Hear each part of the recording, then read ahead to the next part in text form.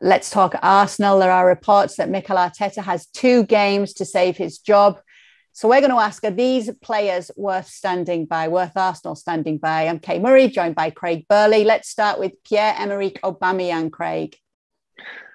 Well, yeah, just before we get to that, Kay, there's one thing we do know is that Mikel Arteta himself has to stand by some of these players in the short term because he has no other option. Aubameyang, I don't see the player that was fighting for a new contract towards the end of the season, a couple of seasons ago, whatever it was, that won the FA Cup. I don't see that player. I don't see that hunger anymore. It's almost like, well, maybe I get a move, but I've certainly got my contract, so I've got the money. And yeah, I mean, if the support structure around them was better, yeah, it's fine. But long-term standing by him, no, I don't think so. Nicolas Pepe? No. I would try and get my money back in that one ASAP.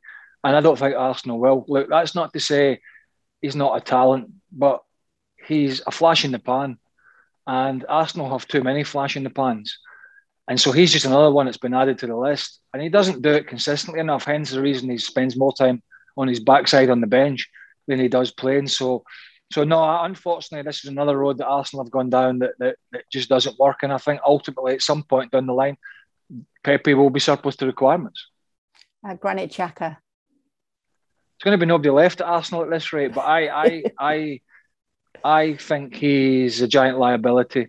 Not to say that he doesn't do some things well, but I think he's sending off before the international window sort of eclipsed his personality and his lack of discipline. Don't forget, we're talking about a player who, before he signed for Arsenal, had one of the worst disciplinary records in the Bundesliga.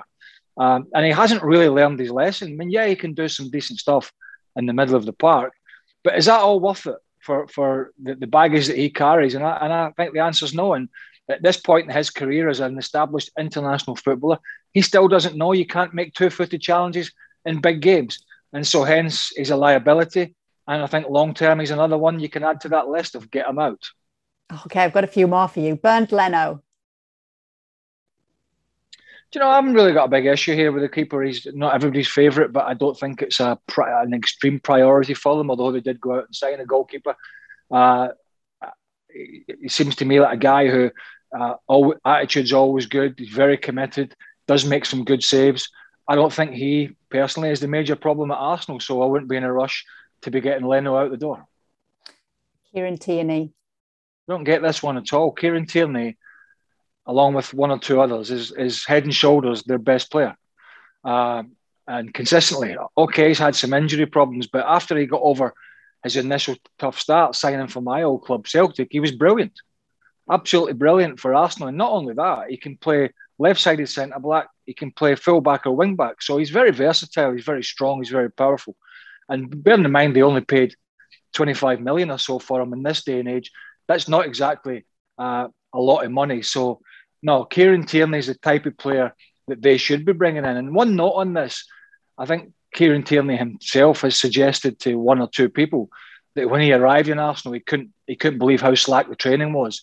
And I think that tells a bigger story about where he came from and his professionalism more than that player himself. So he is going nowhere.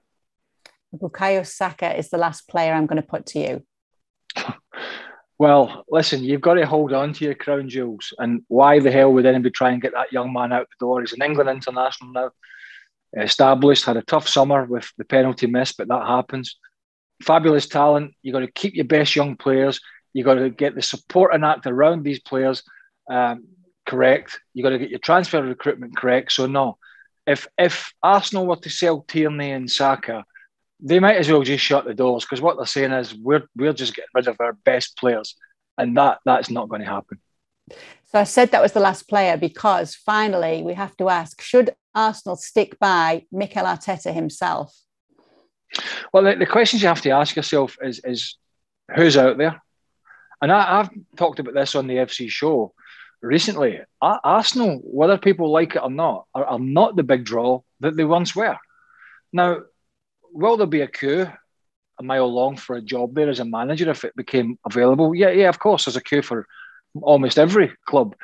But I think if you went to people like Brendan Rodgers at Leicester and a few others and said, and they might say, I mean, we believe Brendan Rodgers was not keen on the Tottenham job either. And I think it's because sometimes managers look at these recruitment policies, the squads, and they think, well, look at Liverpool and City and Chelsea, maybe even Man United. And how am I going to compete with that? So I'm not sure who's out there for Arsenal.